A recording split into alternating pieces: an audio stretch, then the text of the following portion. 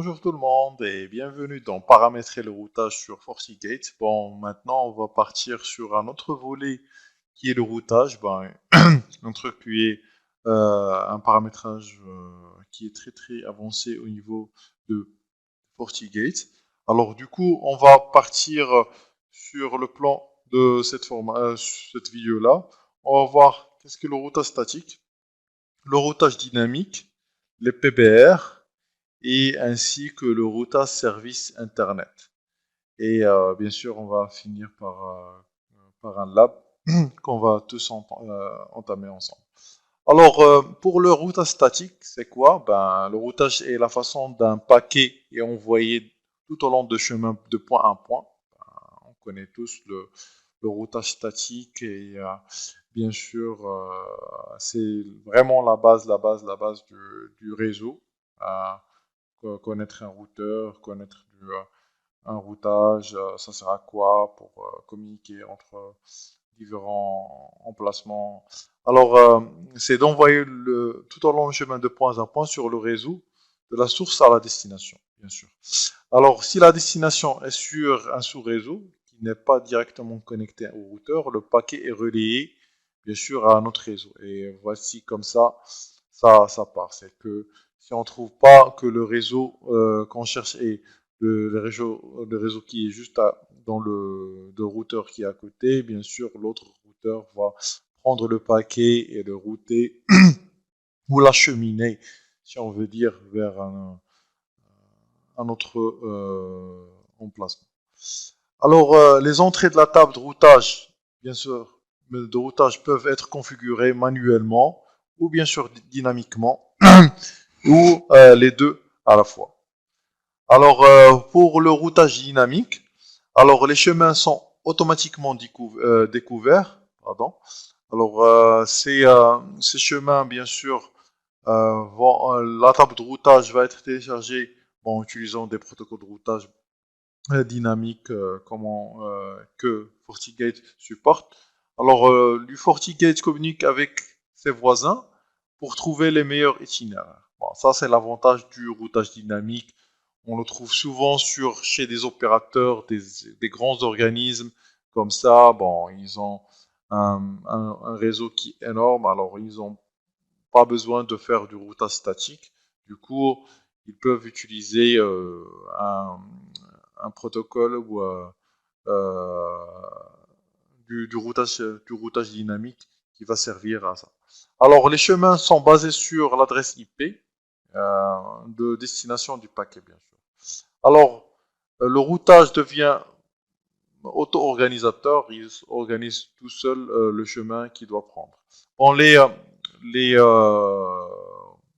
différents routages dynamiques qui sont utilisés sur le FortiGate, c'est le RIP, l'OSPF, bien sûr le BGP et l'ISSS. Alors, le PBR ou Policy Based Routing ou Routes, alors ça c'est du routage mais granulaire. Alors, on peut router un chemin à partir de son protocole, son adresse IP source. Bon, ça dépend. Moi, je veux que pour n'importe quelle adresse IP source qui provient de cette adresse IP-là, bon, le 10.10.10.10, elle va prendre un autre chemin. Il va prendre le 1.2 par exemple. Et n'importe quelle autre adresse à part le 10.10.10, elle va prendre le routage normal qui est le 1.1. Voilà. Alors, par port source, par port de destination, et ainsi que par type de bit de service, le TOS. Alors, avoir la priorité sur la table de routage, bien sûr. Alors, comme je vous ai dit, le PBR est plus prioritaire sur la table de routage, qui est classique, parce que s'il ne trouve pas cette route au niveau du PBR, il va passer directement sur la table de routage normale. Alors, maintenu dans une table de routage distincte, bien sûr, parce que c'est du routage différent qui se base sur des granularités qu'il utilise pour faire du routage. Alors, l'action FortiGate envoie en utilisant l'interface sortante, bon, spécifiée pour la passerelle spécifiée. arrête le routage des stratégies et utilise la table de routage à la place. Bien sûr, si ne trouve pas, comme quoi il y a un critère là-dessus pour passer le routage PBR. Alors, le routage service Internet. Alors, il achemine les services Internet bien connus grâce à des interfaces WAN spécifiques. Bon, ça, c'est euh, comme on connaît bien sûr pour le routage normal. Mais l'avantage, c'est qu'il cherche automatiquement les adresses IP. Ben, nous, on spécifie juste Amazon.com. Et lui, il cherche tous les adresses IP de Amazon.com. Il met à jour tout le temps sa base de données d'Amazon.com. Du coup, il va router directement sur Amazon.com ou à autre site ou qu'on qu'on ajoute sur notre base de données. Alors, les itinéraires de base de données de services Internet sont en fait des itinéraires de stratégie et prévalent sur tous les autres itinéraires de la table de routage. Bien sûr, parce que il va se battre. Bon, c'est du routage normal, mais l'ajout la mise à jour des adresses IP, c'est ça l'ajout du routage service Internet qu'on bénéficie. Maintenant, on va passer au lab pour commencer notre premier lab sur le routage. Je vous dis à tout de suite. Bon, voilà, je suis sur mon ESXi. Alors, je vais me connecter sur ma console. Voilà, j'y suis. Alors, on va vérifier le routage. Ce que je vais faire, c'est que je vais créer du route failover. Ben, c'est du routage statique, mais je vais changer la priorité et, sur la distance et la priorité sur la table de routage. Alors, je vais partir sur Network. Je vais vous montrer juste comme quoi j'ai une seule adresse, une seule route. Voilà, avec priorité toujours par défaut le 10, distance pardon, par défaut qui est le 10 et la priorité qui est 0. Du coup, ce que je vais faire, c'est que je vais ajouter une deuxième route. Voilà. Mais avant ça, je dois configurer l'interface que j'ai ajoutée. Voilà, alors je vais modifier celle-là.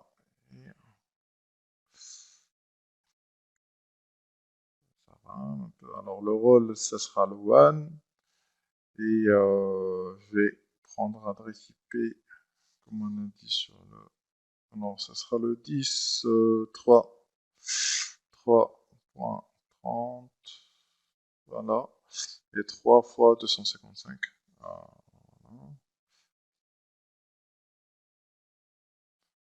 Voilà. Et bien sûr, je vais autoriser le ping. Bon, ça, c'est pour que je puisse tester depuis l'extérieur. Voilà, alors maintenant je vais créer la route. Alors, je serai sur Network, Static Routes, et je vais créer une nouvelle route avec priorité et distance différentes. Bon, différentes. Alors, ici, on a la passerelle par défaut et le port 5 qui est mon port 1. Alors, sinon, je vais mettre la passerelle qui est le 10.3.3.250 qu'on a configuré dans la première vidéo lors de la mise en place du lab. Et la distance, on va la changer et mettre 20 là-dessus. Ben, la distance la plus élevée, avec le chiffre le plus élevé, bien sûr, et, qui sera pris en second lieu. Alors, la priorité aussi, je vais la mettre sur 5. Et je vais valider là-dessus. Maintenant, on va partir pour configurer tout ce qui est règles, firewalling. Je vais ajouter la deuxième règle pour utiliser la WAN 2, la deuxième WAN. Alors, je vais créer une nouvelle règle. New. Désolé si je pars trop vite, mais ça, c'est des étapes qu'on a déjà vues. Alors, je vais créer ça. Alors, Internet DC, backup, et je vais mettre l'interface locale, c'est le 1, et outgoing, ce sera le 5, ce sera le 1.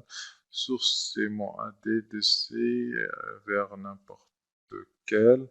Et le service, bon, je vais mettre HTTPS, ICMP, et je vais ajouter du DNS pour que, oups, qu'est-ce que j'ai mis? Ah, j'ai cliqué sur entrée.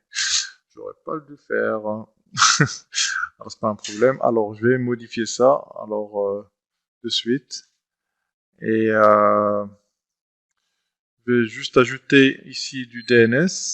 Alors, voilà. Et là, bon, je vais garder le NAT bon, avec l'outgoing interface. Et je vais mettre toutes les sessions, all sessions, et je vais valider. Voilà.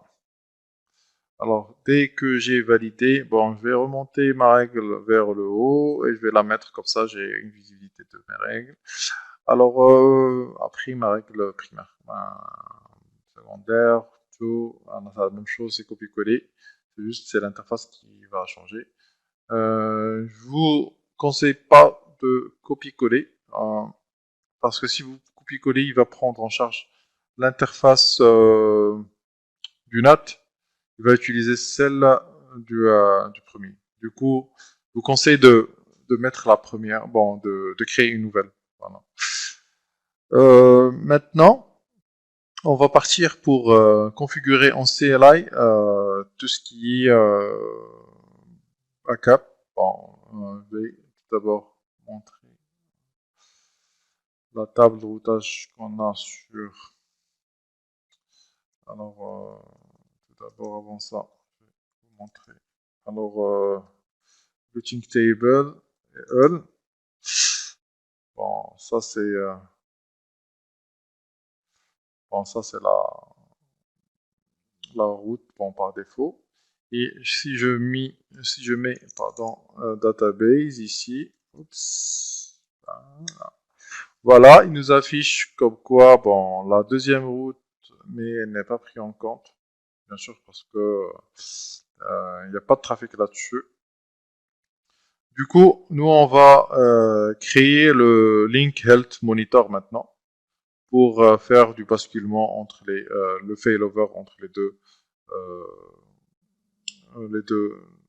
liens de One. Alors, je vais mettre config. Oups. Voilà. Alors, config système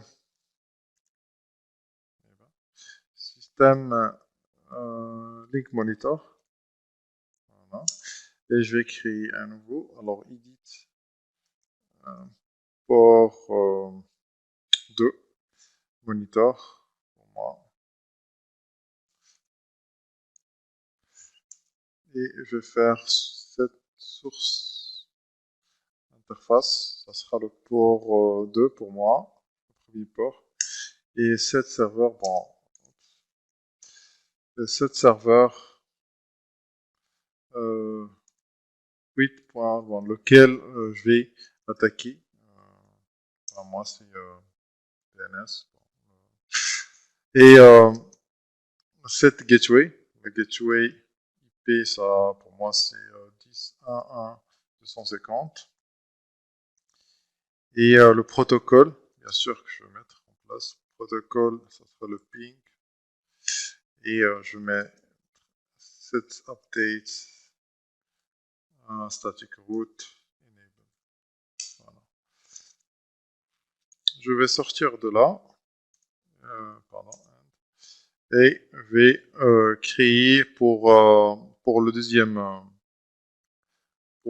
lien. Alors, ça sera config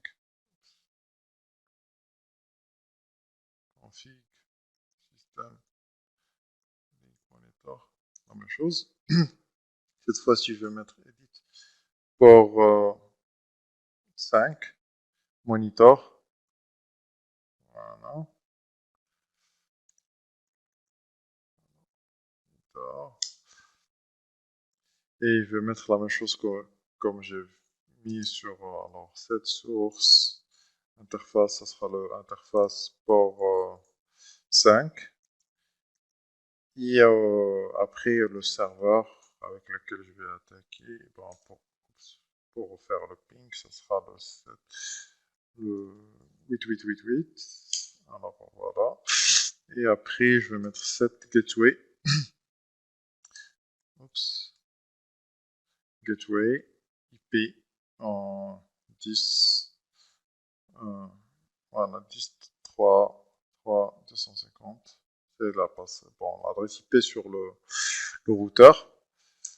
Et cette protocole, le protocole que je vais utiliser, le ping bien sûr, et le set updates route enable.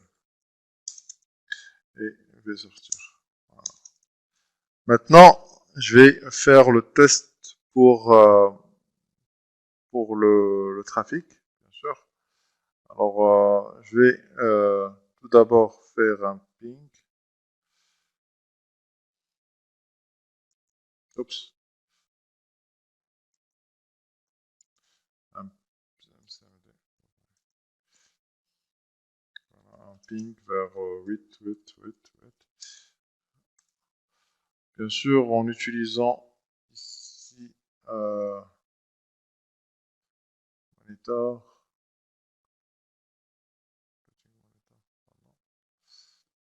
Alors ça, vous pouvez voir que le routage qui est utilisé, c'est le 1.1.1. Et ici, je vais partir sur trafic. Et le port destination, vous pouvez ajouter la colonne, bien sûr. Destination interface, c'est le port 2, le 1.1 qui est utilisé par défaut. Alors là, je vais changer au niveau de la... Bon, soit il y a deux choses. Soit vous désactivez l'interface, soit vous changez le serveur de destination sur le link monitor. Alors, bon, moi, je vais pas basculer vers... je vais juste changer ça. Je peux mettre ça ici. Bon, le ping est toujours en continu. Et je vais mettre config. Ouais. Config system. Link monitor. Voilà. Et je vais mettre edit port 1, port 2, voilà. Monitor. Et je vais mettre set serveur à 10. Bon, je vais dire n'importe quoi. 10, 200, 200. .55. Bon, c'est un serveur qui existe bien sûr sur mon architecture. Et je ferme. Le ping est toujours en continu. Ouais, il va arrêter le temps de basculer.